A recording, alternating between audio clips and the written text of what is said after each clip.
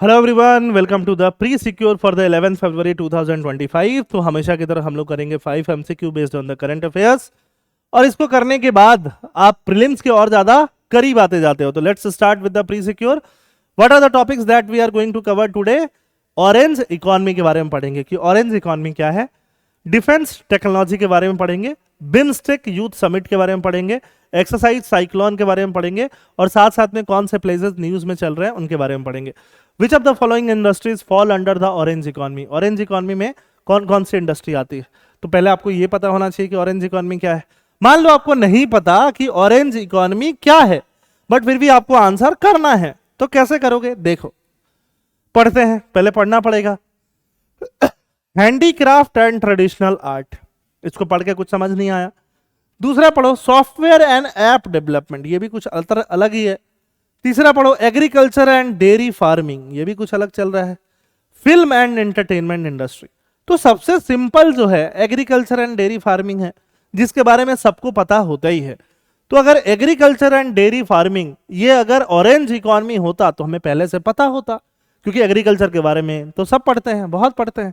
Agriculture dairy farming एक तरह से एग्रीकल्चर जो है ग्रीन इकोनॉमी में आता है ना, आप खेती करते हो, ठीक है। तो थर्ड जो है वो तो गलत लग रहा है, थर्ड को आप एलिमिनेट करो, बी और डी आपका एलिमिनेट हो जाएगा। 1 2 का 4 एंड 2 4, ये दो ऑप्शन बचेंगे, ए एंड सी। तो अब ए बच रहा है, सी बच रहा है, मतलब सी में 2 और 4 तो कॉमन ही है, तो 2 और 4 के बारे में ज्यादा दिमाग नहीं लगाना। This is how we can approach to a MCQ when we have limited knowledge. But limited knowledge तो होना चाहिए आपको, कम से कम ये तो पता होना चाहिए कि एग्रीकल्चर एंड डेयरी फार्मिंग जो है वो ऑरेंज इकोनॉमी का हिस्सा नहीं हो सकता। ऐसा नहीं कि ऑरेंज इकोनॉमी मतलब बहुत ज्यादा ऑरेंज प्रोड्यूस करना, वैसा तो नहीं हो रहा होगा। फिर अब बात करते हैं फर्स्ट के बारे में, हैंडीक्राफ्ट एंड ट्रेडिशनल आर्ट। तो अब यहां पे आपको पता है तो आप मार्क कर सकते हो, नहीं पता है तो नहीं कर सकते हो। अब ध्यान से देखोगे, film and entertainment, software and app development, दोनों तो सर्विस सेक्टर है ना, तो सर्विस सेक्टर ही बोल देते। तो साथ में हैंडीक्राफ्ट एंड ट्रेडिशनल आर्ट मिलके ये ऑरेंज इकोनॉमी का पार्ट बनता है, इसलिए इसका आंसर जो है वो क्या है? ए है। Orange economy also known as creative economy, orange economy को हम क्या बोलते हैं? क्रिएटिव। तो क्या फिल्म एंड एंटरटेनमेंट क्रिएटिव है कि नहीं है ना? इंडिया गॉट टैलेंट तो देखते हो ना आप लोग। दूसरा, सॉफ्टवेयर एंड ऐप भी क्रिएटिव है, और हैंडीक्राफ्ट और आर्ट भी क्रिएटिव होता है। Creative economy includes properties industries that are based on creativity, culture, arts and intellectual property. It covers a wide range of sector, wide, including digital media, performing arts and cultural heritage. Statement 1, handicraft and traditional art बिल्कुल correct होगा, क्योंकि ये भी क्या है? Creation है, creative है, बिना क्रिएटिव के यहाँ पे कुछ होगा नहीं। थर्ड वाला गलत होगा, बाकी तो आप सब समझते ही हो। न्यूज क्या है?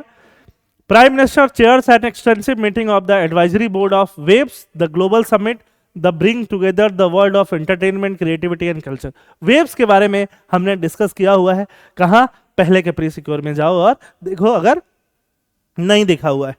Waves VFX challenge, compete, create, कंकर इन अल्टीमेट वीएफएक्स शोडाउन, ठीक है। तो ये सब सारा न्यूज है, और ये सब सारा न्यूज किसका है? पीआईबी दिल्ली का है। PIB, press information bureau, directly government जहां से न्यूज देना चाहती है।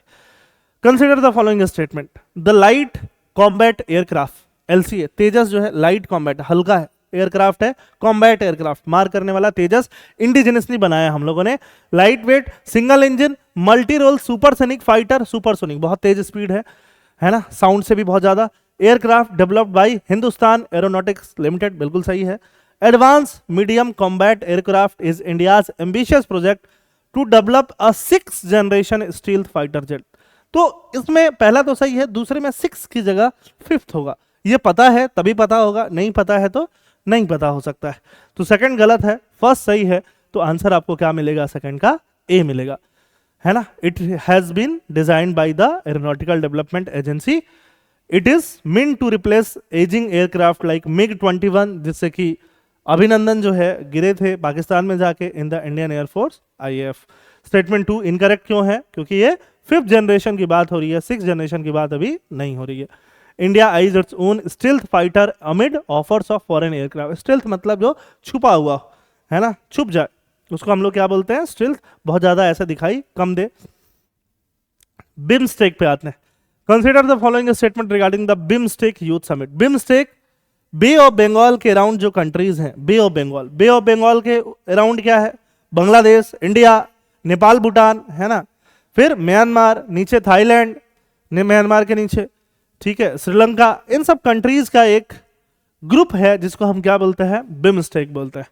तो बिमस्टेक यूथ समिट के बारे में बात हो रही है, वाज फर्स्ट होस्टेड इन ढाका, जो गलत है, पहली बार इंडिया में होस्ट होने जा रहा है। कौन सा समिट, यूथ समिट, यूथ का summit. It aims to facilitate exchange of youth led initiative among BIMSTEC member, obviously, और क्या ही करेगा, थर्ड का आंसर बॉम्बे होगा। फर्स्ट इनकरेक्ट इसलिए है क्योंकि ये भी इंडिया में होने जा रहा है और ये ढाका में नहीं हुआ, ठीक है। BIMSTEC youth summit, youth has a bridge for intra BIMSTEC exchange, Gandhinagar, Gujarat. ये प्लेस जरूर याद रखना, इंडिया में भी पूछा जा सकता है कि कहाँ पे हुआ, तो सिर्फ इंडिया याद करना काफी नहीं है, you should remember the place, that is Gandhinagar, Gujarat. BIMSTEC में कंट्रीज कौन कौन सी हैं, तो बे ऑफ बंगाल वाली सारी कंट्रीज पकड़ लो। बे ऑफ बंगाल वाली सारी कंट्रीज में बांग्लादेश तो होगा ही, बांग्लादेश के अलावा इंडिया होगा, म्यांमार होगा, थाईलैंड होगा, श्रीलंका होगा, 5 कंट्रीज, और साथ में नेपाल, भूटान इंडिया के साथ चले आते हैं तो 7 कंट्रीज हो जाएंगे, Bangladesh, India, Myanmar, Sri Lanka, Thailand, Nepal and Bhutan. ठीक, नेक्स्ट चलते हैं। एक्सरसाइज साइक्लोन, मिलिट्री एक्सरसाइज है। साइक्लोन किन किन कंट्रीज के बीच है, पता होगा तो पता होगा, नहीं पता होगा तो नहीं पता होगा। इंडिया एंड इजिप्ट के बीच में क्या है, एक्सरसाइज साइक्लोन है। बाइलेटरल है, इंडिया और इजिप्ट के बीच में है, कोऑपरेशन बढ़ाने के लिए है दोनों कंट्रीज के बीच में। इजिप्ट से हमारी दोस्ती यारी लास्ट 1-2 साल से बहुत ज़्यादा बढ़ रही है। 1-2 साल पहले हमने इजिप्ट के जो प्रेसिडेंट है उनको बुलाया था अपने 26 जनवरी जो रिपब्लिक डे है उसमें एज अ चीफ गेस्ट बुलाया था। The exercise involves planning and executing special operation in desert and semi desert terrain. Venue कहाँ पे रखा गया है साइक्लोन का, Mahajan field firing range in Rajasthan. This is the 3rd edition of exercise cyclone. ठीक है, joint military exercise cyclone between India and Egypt to begin today in Rajasthan. Next last question for the day, Cayman island. Cayman island छोटा सा island है ना, केमन island जहाँ पे बहुत सारी फर्जी कंपनी रजिस्टर होती हैं। फर्जी कंपनियों को क्या बोलते हैं, शेल कंपनी, जो बहुत ज़्यादा पैसा हेर फेर करती हैं, मनी लॉन्ड्रिंग में, हवाला में इन्वॉल्व रहती हैं। Cayman island are located in the South Atlantic Ocean near the coast of Brazil. पता हो आप, they are an overseas territory of United Kingdom. क्या ऐसा है? The capital city of Cayman island is George town located on Grand Cayman island. इसमें से कौन सा सही है कौन सा गलत है ये आपको बताना है। फिफ्थ क्वेश्चन में सही क्या है, बी सही है, स्टेटमेंट 1 जो है इनकरेक्ट है।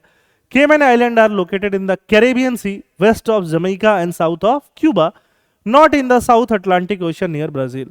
2 करेक्ट है, Cayman island are the British overseas territory and remain under the sovereignty of United Kingdom. 3rd correct है, Georgetown is the capital of Cayman Island, situated on Grand Cayman, the largest of the 3 island in the territory.